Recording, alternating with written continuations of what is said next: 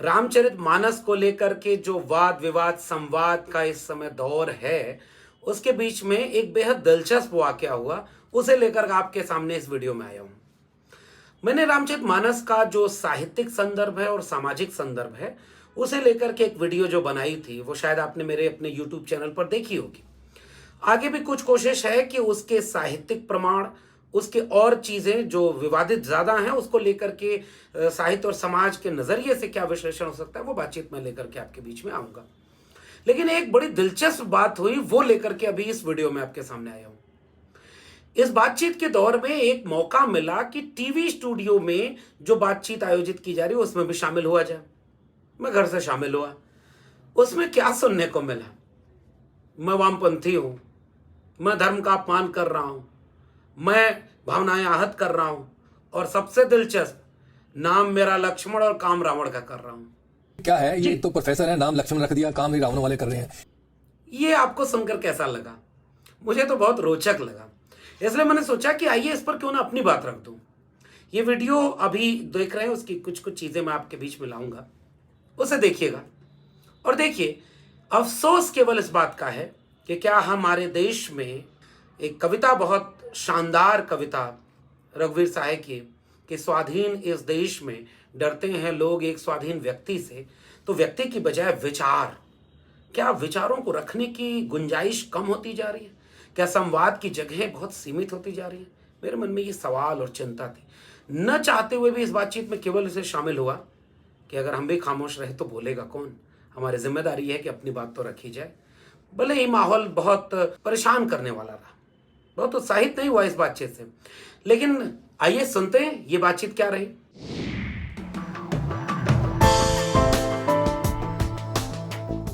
अब हुआ ये दरअसल कि इस बातचीत में एक तरफ एक संत महात्मा बैठे हुए हैं, धर्मगुरु, दूसरे सज्जन भी धर्मगुरु थे, लेकिन जब मैं शामिल हुआ तो मुझे ये दावा किया गया कि वो भी कहीं पढ़ाते हैं। एक भारतीय जनता पार्टी के प्रवक्ता और एक समाजवादी पार्टी के प्रवक्ता भी थे।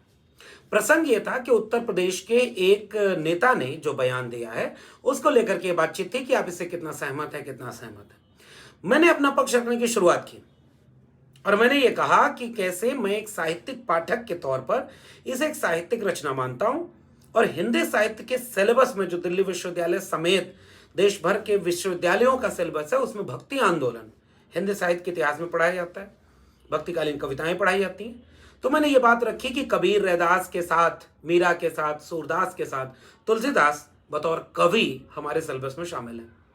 उनकी रचना रामचरितमानस एक साहित्यिक पाठ की तरह शामिल है, इसलिए हम उसकी तारीफ भी करते हैं कि हाँ, कवि के तौर पर ये कुछ चीजें हैं जहां वो कवि अच्छे हैं, और कई जगहों पर हम कठोर आलोचना भी करते हैं। और ये परंपरा हमारे हिंदी साहित्य में लंबी रही है, अपने साहित्यिक पाठों का समग्र मूल्यांकन आलोचना विधा में।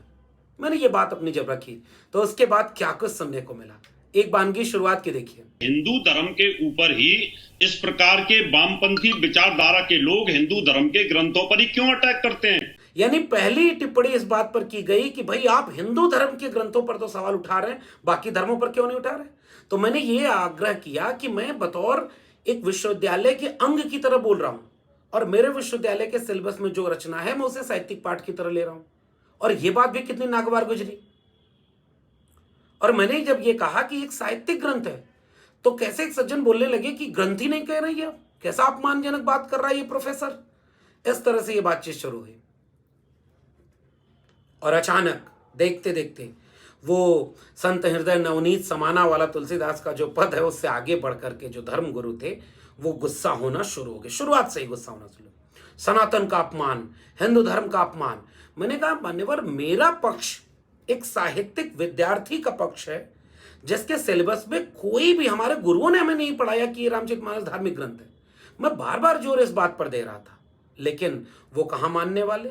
हमारे लिए, इस देश के अकादमिक जगत के लिए रामचरितमानस कोई धार्मिक ग्रंथ नहीं है, वह एक साहित्यिक ग्रंथ है जिसकी आलोचना होती है। कोई धार्मिक ग्रंथ नहीं है। हमारे ऊपर आरोप लगाते लगाते बाबा जी क्या बोल रहे हैं? सनातन धर्म का अपमान, हिंदू धर्म का अपमान। अब हिंदू जाग गया, सनातन जाग गया है, अब देखना शास्त्र ही नहीं शस्त्र भी उठाएगा। मैं डर गया कि इतनी सी बात पर इतना आहत। और जबकि अभी भी मैं दावे से कह रहा हूं, भले हिंदी साहित्य की दुनिया के विचारक, प्रोफेसर, शोधार्थी और बड़े बड़े विद्वान मौन है, खामोश हैं। मगर मुझे लग रहा है कि जहां से भी अगर आपको ये साहित्यिक विमर्श की आवाजें दिखेंगी, आपको ये समझ में आ जाएगा कि इसमें तो एक लंबी आलोचना की परंपरा रही है।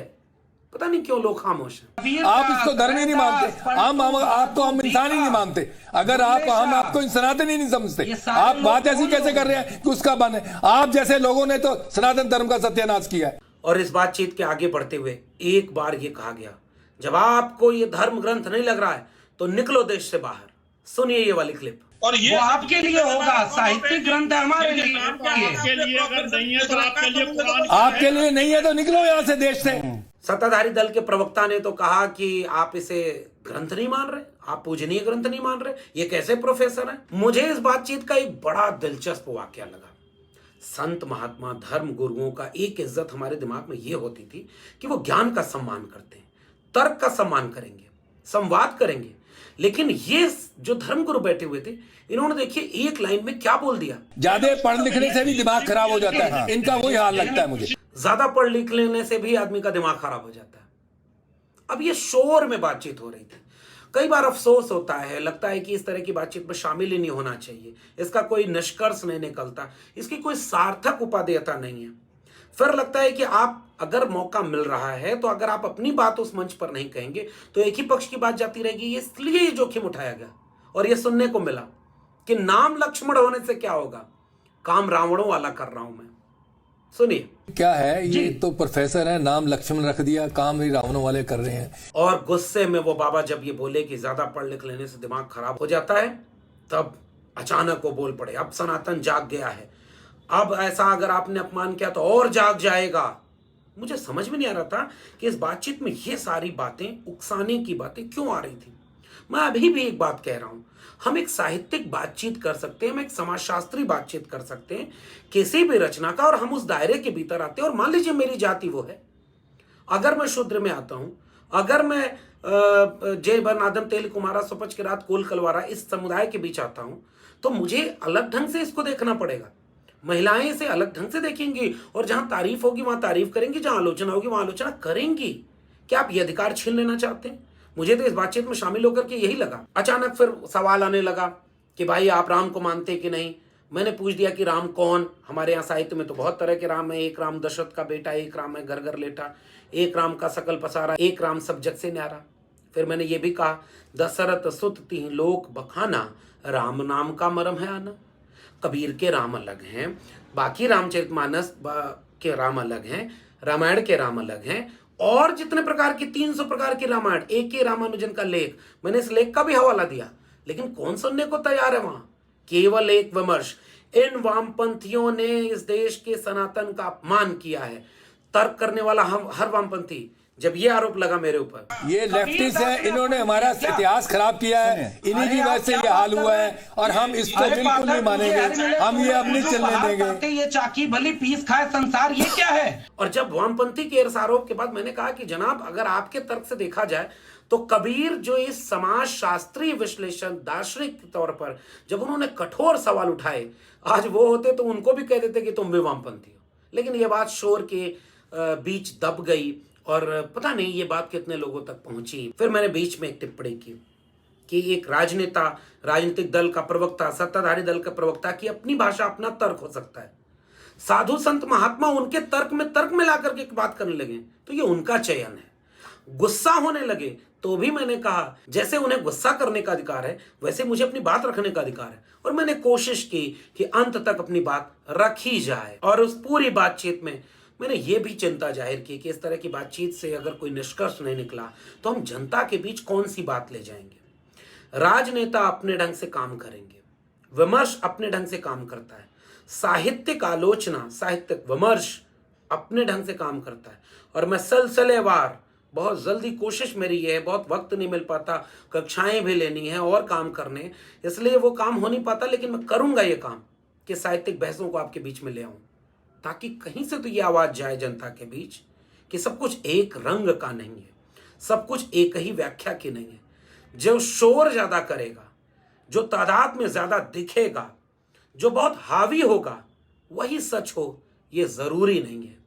सच को सच की तरह कहना जरूरी है, इसके लिए कई बार इस किस्म के भी जोखिम उठाने पड़ते हैं। मुझे बहुत खुशी नहीं हुई, अफसोस है कि हम कैसे इस जगह पर अपनी बातचीत रखें, मगर यही बात सोच करके कि अगर ये जगहें छोड़ दी जाएंगी तो यहाँ से एक ही तरह की व्याख्याएं जाती रहेंगी। इसलिए मेरा मन है कि जब भी मौका मिलेगा अपनी बात रखेंगे। और इस प्लेटफॉर्म पर आप जुड़े हैं, जुड़े रहिए। और अगर और तर्क, विश्लेषण, विमर्श, व्याख्याएं और तमाम तरह की चीज़ें हम लेके आते रहेंगे। इसे सुनने में दिलचस्पी हो तो चैनल को सब्सक्राइब करिए, शेयर करिए, जुड़िए, बात करेंगे, संवाद करेंगे, तर्क करेंगे। आपके भी मन में कोई सवाल हो तो ले आइए।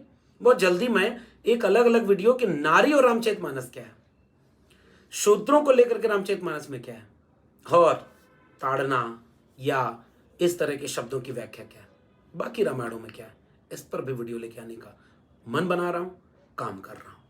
ये आपको वीडियो कैसी लगी नीचे कमेंट बॉक्स में बताइएगा। अगर आप ये वीडियो यूट्यूब पर देख रहे हैं तो चैनल को आगे तक बढ़ाइए, जोड़िए, हिम्मत दीजिए। फेसबुक पर देख रहे हैं तो पेज को लाइक करिए। अगर आप हमें हिम्मत नहीं देंगे तो सारे खामोश हैं। हमें बोलने के लिए आपकी हिम्मत की जरूरत है। शुक्रिया।